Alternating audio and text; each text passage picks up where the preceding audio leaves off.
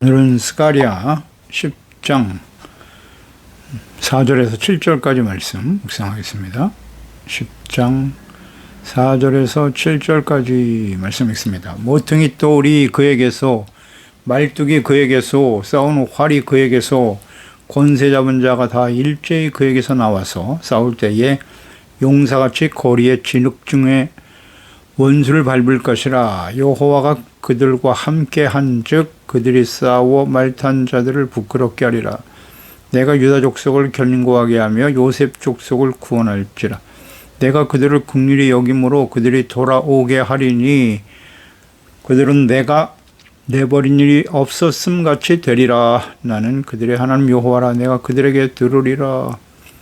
에브라임이 용사 같아서 포도주를 마신 같이 마음이 즐거울 것이요 그들의 자손은 보고 기뻐하며 여호와로 말미암아 마음에 즐거워하리라. 아멘. 언약의 백성을 향한 하나님의 영원한 사랑. 연단 이후 예루살렘에 돌아온 이스라엘 백성들은 성전이 건축되고 하나님의 나라와 의와 거룩한 백성으로 회복이 이루어질 때 왕이신 하나님이 다스리시는 하나님의 나라의 회복이죠. 하나님께서 때를 따라 비를 내려주셔서 밭에 채소가 풍성하게 하시겠다 하셨고 백성들이 유리하며 목자가 없으므로 곤고를 당하고 있었다라고 하셨는데요.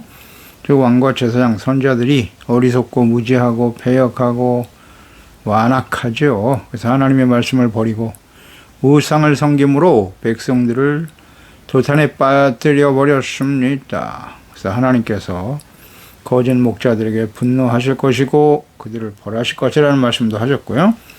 특히 하나님께서 친히 목자가 되시고 선한 목자이신 예수 그리스도죠. 그리스도를 보내셔서 언약의 백성 유다 이스라엘을 돌보시고 강하게 하실 것이다 라는 예언과 약속의 말씀을 주셨어요.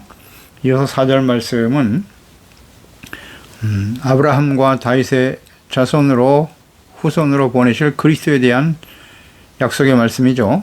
모퉁이 돌, 말뚝, 또 활, 권세 잡은 자. 자, 이거 모두 다 그리스도를 상징하는 말입니다. 모퉁이 돌이 그에게서, 말뚝 그에게서, 싸우는 활이 그에게서. 여기 그에게서라는 말은 언약의 백성 이스라엘을 의미하는 것이죠. 그러니까 이스라엘에게서 그리스도가 태어나게 하실 것이다 라는 예언과 약속이죠. 그러니까 언약의 백성 이스라엘의 구원자는 오직 하나님이시죠. 왕도 하나님이시고요. 그래서 하나님께서 다시는 이방인들에게 지배를 당하지 않게 하실 것이다. 하나님이 다스리시는 하나님의 나라, 왕이 되어 다스리시는 하나님의 나라를 회복하실 것을 약속하고 계신 것인데요. 이것은 그리스도를 보내심으로써 모퉁이 돌, 그다음 말뚝, 싸우는 활, 권세 잡은 자 모두 다 그리스도를 의미하는 거예요. 이 그리스도를 보내셔서 이 하나님의 약속이 성취될 것을 말씀하시는 겁니다. 그러니까 이스라엘에게서 그리스도가 태어난다. 오실 것이다. 다윗의 후손이죠. 이것은 약속하신 대로 마태복음 1장 1절 이하에 아브라함과 다윗의 자손 예수 그리스도의 계보라 이렇게 말씀하셨죠. 이렇게 시작하죠. 그래서 왕의 족보로 쭉 이어지죠. 이어지면서 여호야킨이 이제 마지막 살아남은 왕이에요. 그의 후손인 스룹바벨을 통해서 계속 이어지죠. 다윗의 후손 유다 지파 다윗의 후손으로 이어지다가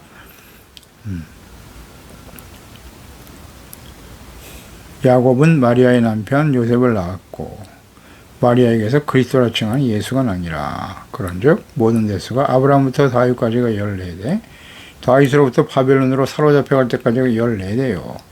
바벨론으로 사로잡혀간 후부터 그리스도까지가 14대더라. 이렇게 말씀하고 있죠. 네. 그리스도는 다윗의 후손을 통해서 이새의 뿌리에서 태어나게 하실 것이라는 예언의 말씀을 여러 번 주셨고요. 그 말씀대로 이루어지게 되는 겁니다. 이 스가랴서 역시 그리스도에 대한 하나님의 계획과 뜻, 약속, 예언의 말씀들로 가득하네요. 모퉁이 돌, 그에게서 모퉁이 돌은 아주 그리스도에 대한 성리적인 관심으로 잘 나타나 있죠. 이사야 선지자 28장 16절. 그러므로 주 여호와께서 이같이 이르시되 보라 내가 한 돌을 시온에 두어 기초를 삼았노니 기초 모퉁이 돌 곧 시험한 돌이요 귀하고 견고한 기초 돌이라 그것을 믿는 이는 다급하게 되지 아니하리로다. 시온의 돌 기초 돌 모퉁이 돌 그리스도. 시편 118편 22절이죠. 건축자가 버린 돌이 집 모퉁이의 머릿돌이 되었나니 그랬어요. 이 말씀을 예수님께서 그대로 인용하셨죠. 마태복음 21장 42절. 예수께서 이르시되 너희가 성경에 건축자들이 버린 돌이 모퉁이의 머릿돌이 되었나니 이것은 주로 말미암아 된 것이요 우리 눈에 기이하도다 함을 읽어본 일이 없느냐. 이 돌 위에 떨어지는 자는 깨지겠고 이 돌이 사람 위에 떨어지면 그를 가루로 만들어 흩으리라 하시니. 시편 118편 말씀. 건축자의 버린 돌, 이 머리퉁이 돌이 바로 예수 그리스도이심을 분명히 말씀하셨고요. 사도 베드로 역시 베드로전서 2장 4절 이하에 사람에게는 버림받았으나 하나님께는 택하심을 입은 보배로운 산돌이신 예수께 나아가 너희도 산돌같이 신령한 집으로 세워지고 예수 그리스도로 말미암아 하나님이 기쁘게 받으실 신령한 제사를 드릴 거룩한 제사장이 될지니라. 성경에 기록되었을 때 보라 내가 택한 보배로운 모퉁이 돌을 시온에 두노니 그를 믿는 자는 부끄러움을 당하지 아니하리라 하였으니. 이 말씀을 이사야 선지자와 또 시편에 기록된 이 모퉁이 돌 건축자의 버린 돌이 모퉁이 돌이 되었다라는 이 말씀이 바로 예수 그리스도를 의미하신 예언의 말씀이었음을 성령으로 거듭난 사도 베드로가 정확하게 이해하고 기록하고 있지요. 증거하고 있습니다. 그 다음에 이제 말뚝이라는 표현, 히브리의 야테드인데요. 그러니까 이 말뚝은 벽에 박은 아주 굳건한 못이에요. 그래서 유대인들이 이 벽에 아주 못을 박아놓고 중요한 물건을 거기에 걸어두었다고 하죠. 이것은 그리스도를 보내사 구원하시고 안전하게 아주 확고하고 안전하게 지켜주심을 의미하는 그런 말씀이에요. 이사야서 22장 23절에 보면 못이 야테드 단단한 곳에 박힌 같이 그를 견고하게 하리니 그가 그의 아버지 집에 영광의 보좌가 될 것이오 그랬죠. 못이 단단한 곳에 박힌 같이 그를 견고하게 한다. 이사야 33장 20절에도 우리 절기의 시온성을 보라 내 눈이 안정된 조선 예루살렘을 보리니 그것은 옮겨지지 아니할 장막이다. 그 말뚝이 영영이 뽑히지 아니할 것이고 그 줄이 하나도 끊어지지 아니할 것이다 라는 말씀하죠. 그리스도를 통해서 세우실 하나님의 나라가 견고하게 세워질 것을 의미하는 거고요. 말뚝 견고하다. 싸우는 활, 이 활 역시 원수를 진멸하고 승리자로 오실 그리스도를 의미하는 말씀이라고 볼 수 있겠고요. 권세 잡은 자, 이것은 왕과 통치자로 오실 그리스도, 하나님의 나라의 왕으로 오실 그리스도를 의미하는 말씀이죠. 이사야서 9장 6절에 이는 한 아이가 우리에게서 낳고 예수님의 독생자 예수 그리스도가 태어나실 것을 말씀하고 있는 예언의 말씀이잖아요. 한 아들을 우리에게 주신 바 되었는데 그 어깨에는 정사를 메었고 그의 이름은 기묘자라 모사라 전능하신 하나님이라 영존하시는 아버지라 평강의 왕이라 할 것임이니라. 평강의 왕, 영존하신 아버지. 다윗의 자손으로 이 땅에 오실 동정녀 마리아에게 태어나실 하나님의 아들 그리스도, 그런 영존하신 아버지요 평강의 왕이다. 권세를 가지고 왕으로 오실 그리스도를 의미하는 거죠. 예수님께서 마태복음 28장 18절에 예수께서 나와 말씀하여 이르시되 하늘과 땅의 모든 권세를 내게 주셨다. 하나님 아버지께서 예수님께 권세를 주셨다. 권세 잡은 자 그리스도를 의미하는 말씀이라고 볼 수 있겠죠. 그러니까 언약의 백성 유다가 승리를 위해서 싸울 것이다 라는 말씀도 하셨어요. 5절에 싸울 때 용사같이 거리에 진흙 중에 원수를 밟을 것이고 그들이 싸워 말타는 자들을 부끄럽게 할 것이다. 그러니까 하나님께서 이스라엘 백성, 언약의 백성들과 함께 하심으로써 용사같이 대적들을 물리칠 것이다 라는 말씀이에요. 주님이 함께 하시면 어떤 대적도 물리치고 승리할 수 있다는 거예요. 말탄 자들 강력한 힘을 가진 군대겠죠. 그들은 물리치고 승리하게 하실 것이다. 그러니까 하나님께서 함께 하시는 언약의 백성 이스라엘, 하나님의 자녀들, 교회, 그 누구도 대적하여 이길 수 없어요. 그래서 우리는 마지막 순간까지 하나님의 자녀인 저희들은 승리하기 위해서 어떻게 해야 되겠는고? 예수님 안에서, 하나님의 말씀 안에서 성령님의 인도하심을 따라 의롭고 거룩하고 겸손히 하나님과 동행하는 삶이 되도록 힘써야 하는 거예요. 하나님은 이렇게 겸손한 자와 함께 하세요. 겸손한 자, 심령이 가난한 자, 애통하는 자, 온유한 자, 의에 줄이고 목마른 자, 마음이 깨끗한 사람들과 주님을 함께 하시는 거예요. 예수 그리스도가 우리 안에, 우리가 주님 안에. 그러면 열매를 맺게 되겠죠.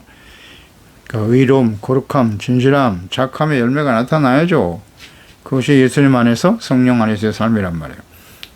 그래서 성령의 충만함과 인도하심을 따라, 성령은 진리의 영이시잖아요.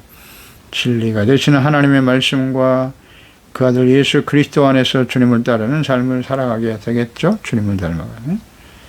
그럴 때 승리할 수밖에 없는 거예요. 하나님이 함께 하실 때. 또 6절에 내가 유다 족속을 견고하게 할 것이다 말씀하셨고요. 그러니까 우리는 그리스도인의 삶은 끊임없는 영적 싸움이라는 거 잊지 말고요. 예수님께서 이기는 자가 되라고 마지막 심판이 임박한 시대 교회와 그리스도인들을 향해서 외치고 계시는 거예요. 어떻게 이길 것인가를 잘 생각해야 합니다. 그래서 늘 겸손히 하나님과 동행하는 삶이 되도록 힘써야 돼요. 우리의 힘과 의지, 세속적인 힘과 능력으로 이길 수 있는 게 아니에요. 6절 내가 유다 족속을 견고히 할 것이고 요셉 족속을 구원할지니라. 구원하신다. 요셉 족속과 유다 족속을 견고하게 하고 구원한다. 이런 말씀하셨네요. 견고하게 하신다. 유다 족속과 요셉 족속. 왜 요셉 족속이란 말을 사용하셨는가? 요셉의 아들이 누구죠? 네, 에브라임과 므낫세죠. 므낫세가 장남이고 에브라임이 차자이지만 야곱이 축복할 때 에브라임을 우측 손으로, 므낫세를 왼쪽 손으로 얹고 축복해 줬죠. 그래서 에브라임이 더 큰 자가 될 것이다. 장자의 복을 이어받게 될 것이다. 그렇게 하나님이 예언하시고 축복하신 대로 북이스라엘의 대표 지파는 에브라임이 되었습니다. 따라서 요셉 지파라고 하는 것은 에브라임과 므낫세로 이루어진 북이스라엘 지파, 10지파를 의미하는 거예요. 그러니까 하나님께서는 유다 족속과 요셉 족속 모두를 구원하시고 견고하게 하실 것이라는 약속을 해 주신 거예요. 그러니까 요셉 족속, 즉 그의 아들 에브라임과 므낫세, 북이스라엘 지파는 그들까지도 하나님께서 구원하신다는 약속을 하시면서 내가 내버린 일이 없음같이 해주겠다. 그러니까 온전하고 거룩한 하나님의 백성들의 모습으로 회복시켜 주실 것이다. 라는 약속을 주고 계시는 거예요. 우리는 이 말씀을 통해서 요셉 족속까지도 이렇게 다시 회복시켜 주신다고 하는 주님의 이 언약, 약속을 보면서 하나님 아버지의 끝없는 사랑을 묵상하게 되는 거예요. 북이스라엘은 여로보암이 10지파를 이끌고 나갔죠. 르호보암 시대에, 솔로몬의 아들 르호보암 시대에. 하나님을 버렸어요. 여로보암은. 분명히 하나님께서 선지자를 보내서 내가 너에게 10지파를 맡겨줄 텐데, 이게 솔로몬이 부패하고 타락했기 때문이라고 말씀하시면서 내가 다윗과 같이 행하라. 그러면 너에게 준 나라를 견고하게 할 것이라고 약속하셨음에도 불구하고 이 여로보암은 그 10지파 백성들이 절기만 되면 예루살렘, 유다로 내려가는 것을 보고 못 내려가게 막아버렸죠. 자신의 권력을 지키기 위해서 하나님을 버리고 금송아지 우상을 세우고 시작한 북이스라엘. 그 이후에 마지막 호세아 왕까지 한 왕도 하나님을 경외하지 않았어요. 끊임없이 선지자를 보냈죠. 엘리야 선지자 같은, 또 엘리사 선지자, 능력 있는 선지자들 끊임없이 보냈지만 그들은 돌이키지 않았어요. 돌이키지 않았습니다. 한 왕도 하나님을 경외하는 왕이 없었어요. 그래서 결국 아수르에서 멸망을 당했죠. 그런데 하나님께서 다시 이들을 회복시켜 주시겠다고 약속하고 계시는 거예요. 그리고 말씀을 이루셨죠. 여기서 우리는 하나님의 영원하신 사랑, 하나님의 사랑 아가페는 변하지 않는 사랑이다. 이것을 깨닫게 되죠. 그러니까 이스라엘 백성들이 범죄하고 돌이키지 않을 때 강하게 책망하시고 징계하시죠. 징계도 하나님의 사랑이에요. 사랑. 유다는 더 큰 악을 행하고 바벨론에 의해서 멸망을 당했지만 70년 만에 다시 돌아오게 하시고, 그러니까 그들이 돌아올 때 북이스라엘도 함께 돌아왔다는 사실이에요. 이게 하나님의 사랑이라는 걸 우리는 잘 생각해야 합니다. 그러니까 예수님을 또 십자가에 못 박아버리고 그리스도를 보내줄 것을 약속하셨지만 예수님을 십자가에 못 박으면서 그의 피를 자신과 후손들에게 돌리라고 소리쳤죠. 유다 백성들. 그 말씀대로 로마에 의해서 멸망을 당했고 온 세상에 흩어져서 난민이 되어버렸죠. 2000년 동안 난민이 되어 살아간 거예요. 모든 나라, 특히 유럽인들에게 가톨릭에 의해서 아주 혐오의 대상이 되어버렸죠. 예수님을 죽인 원수다 이렇게 여기고 그 일로 인해서 엄청난 박해를 당했죠. 유대인들이. 그 일로 인해서 오히려 더 기독교인들, 개신교인들을 아주 혐오하고 회개하고 돌이키기보다는 절대 그리스도를 인정하지 않죠. 지금까지도. 기독교를 원수로 여겨. 예수께서 하나님의 아들 예수께서 그 유대인들은 예수 그리스도가 유대인이라는 사실도 아직도 몰라요. 잘. 그걸 잘 이해 못하는 사람들이 많아요. 신약 성경은 금서입니다. 절대 보면 안 돼요.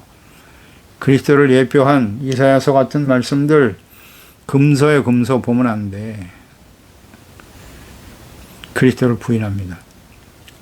그러니까 하나님을 떠나 흩어진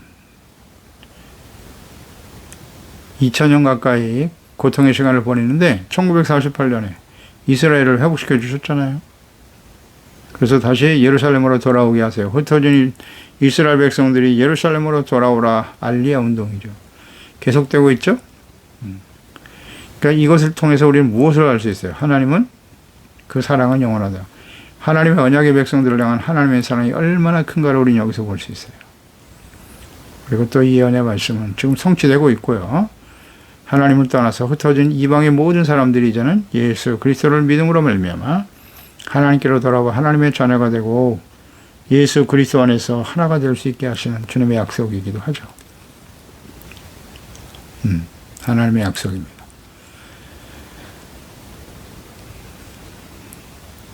이어서 7절에 에브라임이 용사 같아서 포도주를 마신 같이 마음이 즐거울 것이다. 에브라임, 북이스라엘. 그 자손은 보고 기뻐하며 여호와로 말미암아 마음에 즐거워할 것이다. 하나님 때문에 즐거움을 찾게 된다. 그 하나님을 떠나 우상에 빠져 멸망의 길을 갔던 북이스라엘.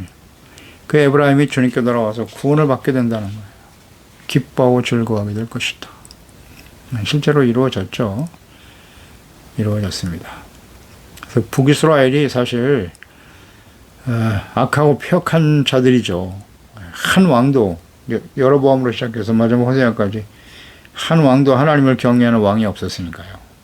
아주 악한 하나님의 백성들임을 알 수가 있잖아요. 그런데 하나님께서는 그 북이스라엘이 먼저 망했잖아요. 아수르에 의해서 먼저 망했는데 그 유다를 이제 아수르에서 BC 720년에 멸망당했고 바벨론 BC 586년에 바벨론에 의해서 멸망당했는데 하나님께서는 유다를 더 악하다고 하셨어요. 악하라고.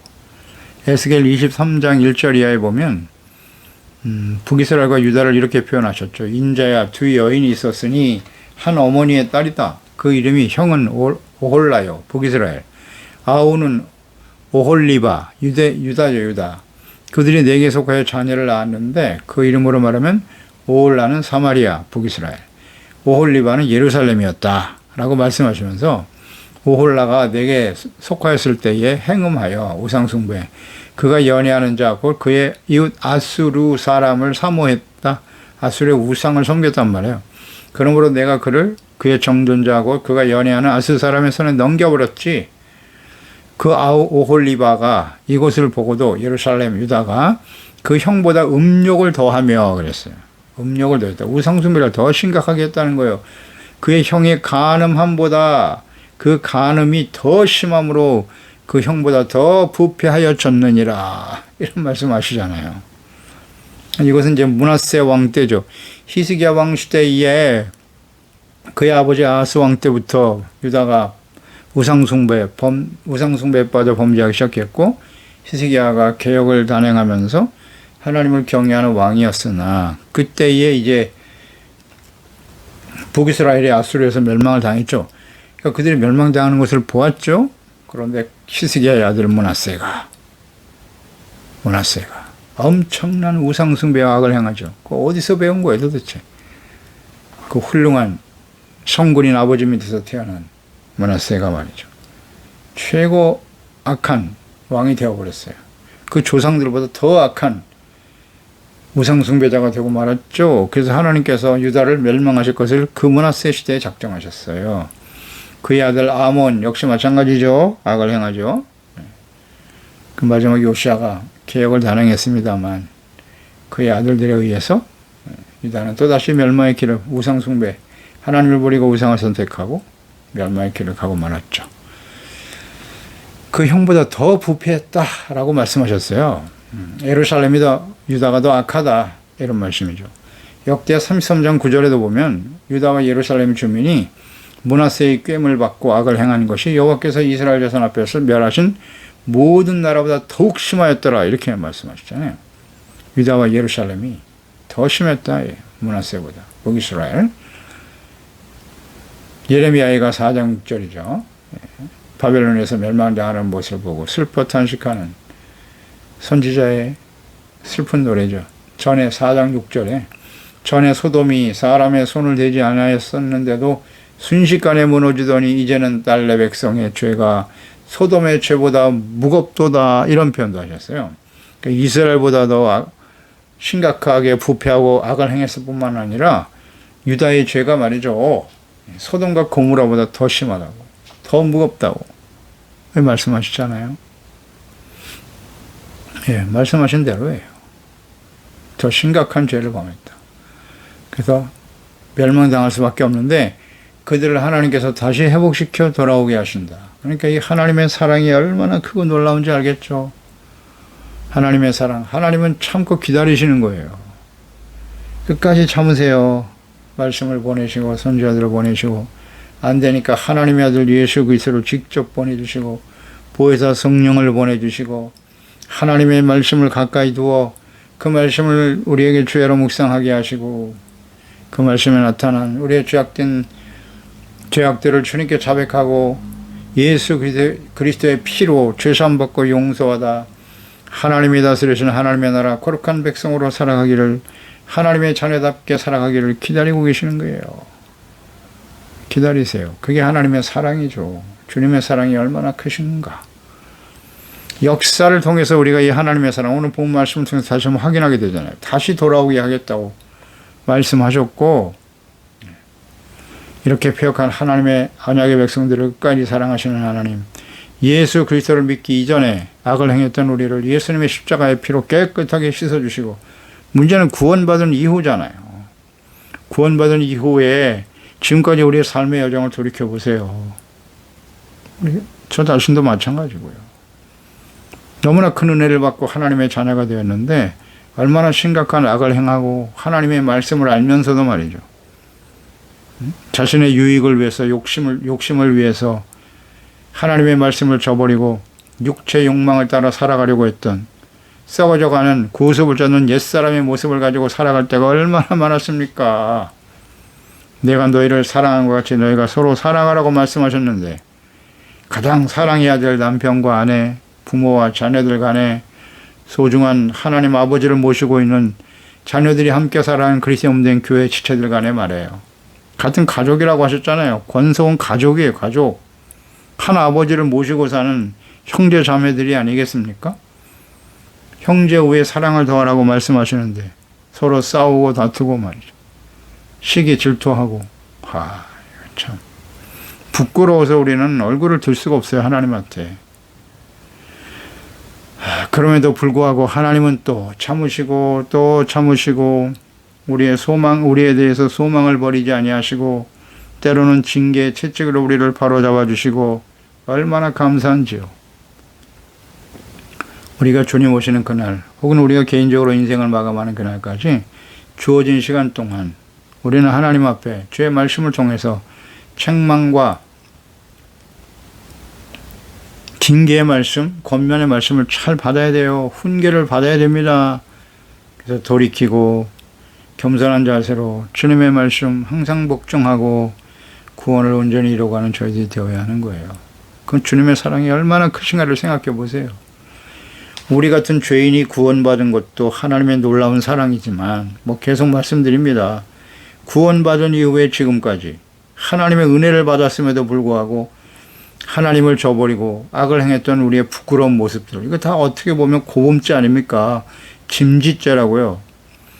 불신자에게는 짐짓죄가 없어요. 고범죄가 없습니다. 근데 우리는 하나님을 아는 사람들이잖아요. 예수 그리스도의 십자가의 구속의 은혜를 직접 맛본 사람들이잖아요. 그런데 하나님의 말씀을 알면서도 죄악 가운데 달려갈 때가 얼마나 많았냔 말이죠. 고범죄, 짐짓죄는 속죄할 제사가 없다 그랬어요. 성령 해방죄 혹은 짐짓죄, 고범죄가 속죄할 제사가 없다는 의미가 무엇인지 아시겠죠? 이 세상의 모든 죄는 다 용서받을 수 있어요. 다만 용서받지 못한다는 건 뭐예요? 회개하지 않는다는 거예요. 회개하면 다 용서받아요. 그런데 고범죄, 성령 해방죄라든지 이 짐짓죄는 회개할 의도가 없는 거예요. 회개를 못해. 회개할 수가 없어. 그래서 속죄할 제사가 없다는 겁니다. 하나님의 무서운 불심판만 준비되어 있는 것이다 라고 말씀하고 있죠. 그럼에도 불구하고 주님이 우리를 사랑하시고 말씀으로 깨우쳐 주시고 책망 교훈을 얻을 수 있다는 건 정말 복된 일입니다. 우리가 어디서 책망을 들을 수 있겠어요?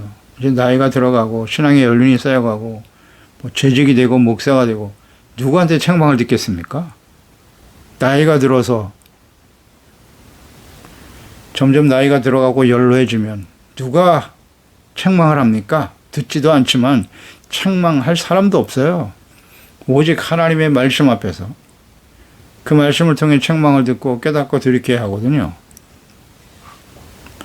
그러니까 우리는 그리스도의 몸된 교회에 나와서 혹은 하나님의 말씀을 묵상하면서 그 말씀을 기록하신 목적이 책망, 바르게 함과 의로 교육하는 거잖아요.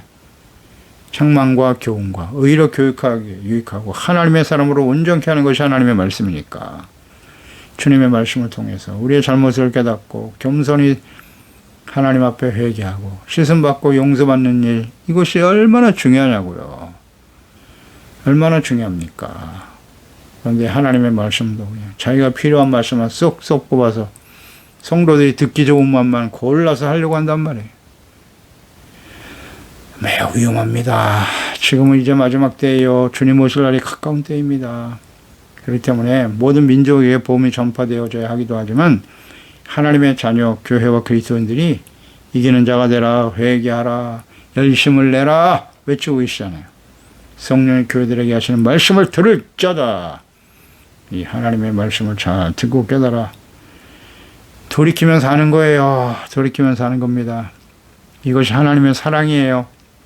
끝까지 사랑하시는 하나님, 그 주님의 사랑을 절대 저버리지 말고 감사하고 찬양하고 겸손히 주님을 따르는 저희들이 되어야 할 것입니다. 기도하겠습니다. 하나님 아버지 감사드립니다. 오늘도 하나님께서 그리스도를 보내사 이루실 하나님의 그 놀라우신 은혜와 사랑을 깨닫게 됩니다. 이스라엘 역사 속에서 확인되는 하나님의 사랑, 끊임없이 하나님을 알면서도 악을 행하고 하나님을 고의적으로 버리잖아요. 말씀을 버리고 우상을 향해 달려가고 말이죠. 그렇게 오랫동안 하나님이 선지자와 말씀을 보내시고 돌아오라고 기다리셨으나 끝까지 고개를 곧게 하고 교만 방자하더니 우상을 향해 달려가다 결국 멸망의 길을 갔잖아요. 그래도 하나님은 그들을 징계와 연단의 과정을 거쳐 회복시켜 주시고 사랑해 주시고 역사 속에 이스라엘 영원한 언약의 백성 이스라엘을 버리지 아니하시고 회복시켜 주시고 기다리고 계시는 주님의 사랑을 봅니다. 예수 그리스도를 믿고 구원받은 이 놀라우신 은혜와 사랑을 생각합니다. 그러나 그 이후에 우리가 은혜를 받은 이후에도 얼마나 많은 시간 하나님께 범죄하고 교만하고 악을 행하며 살아왔나요? 예수님을 주로 고백하면서도 여전히 내가 주인 노릇하고 교만하고 방자하게 행했던 부끄러운 모습들이 너무나 많습니다. 아버지, 다시 한번 예수 그리스도의 보혈로 깨끗하게 씻어주시고 끝까지 기다리시는 참고 계시는 주님의 사랑에 부응하는 저희들이 되게 하소서. 겸손한 자세로 늘 성령의 인도하심을 따라 진리의 말씀을 따라 하나님의 자녀 백성답게 주님이 우리를 사랑하신 같이 서로 사랑하는 이것을 작은 일부터 실천해가는 저희들이 되게 하시고 늘 두렵고 떨리는 마음으로 하나님의 구원의 은혜를 아름답게 이루어가는 우리 모든 재활력들 자녀들이 되게 하소서. 예수님의 이름으로 기도드리옵나이다. 아멘.